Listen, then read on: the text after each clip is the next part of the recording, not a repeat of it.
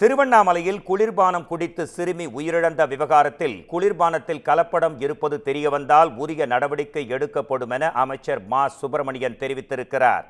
திருவண்ணாமலை மாவட்டம் கனிக்கிலுப்பை கிராமத்தைச் சேர்ந்த ராஜ்குமார் என்பவரின் 5 வயது மகள் காவ்யா ஸ்ரீ கடந்த 10ஆம் தேதி வீட்டின் அருகே உள்ள பெட்டிக்கடையில் 10 ரூபாய் குளிர்பானம் வாங்கி குடித்தார். இதையடுத்து அவருக்கு மூக்கிலும் வாயிலும் நுரை வந்து மயங்கினார். இதனையடுத்து சிகிச்சைக்காக மருத்துவமனைக்கு கொண்டு சென்ற நிலையில் சிறுமி சிகிச்சை பலனின்றி பரிதாபமாக உயிரிழந்தாள். இச்சம்பவம் தொடர்பாக போலீசார் வழக்கு பதிவு செய்து விசாரணை மேற்கொண்டு வருகின்றனர். இந்நிலையில் தனது மகளுக்கு நேர்ந்தது போல் வேறு யாருக்கும் நிகழா வண்ணம் அரசு உரிய நடவடிக்கை எடுக்க வேண்டுமென சிறுமியின் பெற்றோர் கண்ணீர் மல்க கோரிக்கை விடுத்தனர்.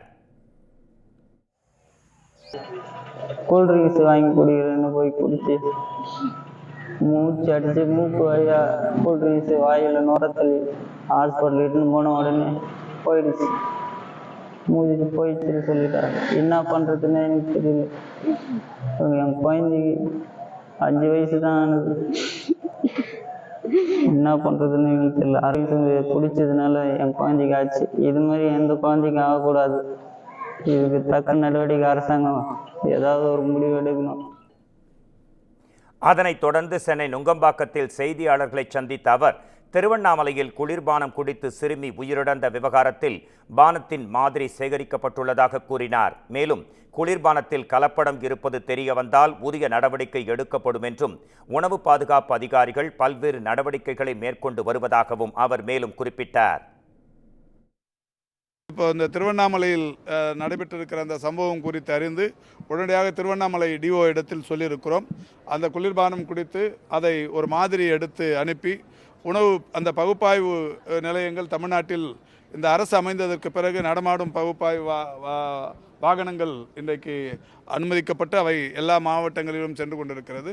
இந்த நிலையில் அந்த மாதிரி எடுத்து ஆய்வு செய்து அதில் தரக்குறைவு தரக்கட்டுப்பாடு என்பது உறுதி செய்யப்படாமல் இருந்தால் அதில் ஏதாவது நச்சுத்தன்மை போன்ற இதையடுத்து செய்தியாளர்களை சந்தித்த உணவு பாதுகாப்பு அதிகாரி ராமகிருஷ்ணன் சிறுமி குடித்த குளிர்பானம் தொடர்பாக ஆய்வு மேற்கொள்ளப்பட்டுள்ளதாக தெரிவித்தார். அந்த குளிர்பானம் நாமக்கல் மாவட்டத்தைச் சேர்ந்த நிறுவனம் தயாரித்திருப்பதாகவும் இது குறித்த தகவலை அந்த மாவட்ட உணவு பாதுகாப்பு அதிகாரிக்கு தெரிவிக்கப்பட்டுள்ளதாகவும் அவர் குறிப்பிட்டார். மேலும் அந்த குளிர்பானம் வந்த பேட்ச் நம்பரை கண்டுபிடித்து அதனை பரிசோதிக்க நடவடிக்கை எடுக்கப்பட்டுள்ளதாகவும் உணவு பாதுகாப்பு அதிகாரி ராமகிருஷ்ணன் மேலும் தெரிவித்தார்.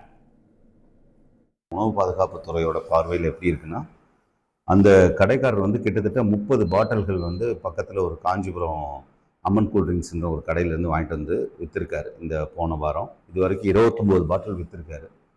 வேறு எந்த வகையான அந்த மாதிரி இன்சிடெண்ட் நடந்த மாதிரி அவர் எங்களுக்கு சொல்லலை. அவர்கிட்ட இருந்த மீதி ஒரு பாட்டிலை ஸ்பெஷல் கேஸாக இருந்தாலும் ஒரு குழந்தையோட உயிருங்கிறதுனால ஸ்பெஷல் கேஸாக அதை நாங்கள் சாம்பிள் எடுத்து அனுப்பிச்சிருக்கோம். அதோட ரிப்போர்ட் வந்தோன்னா அது சார்ந்த நடவடிக்கை இருக்கும்.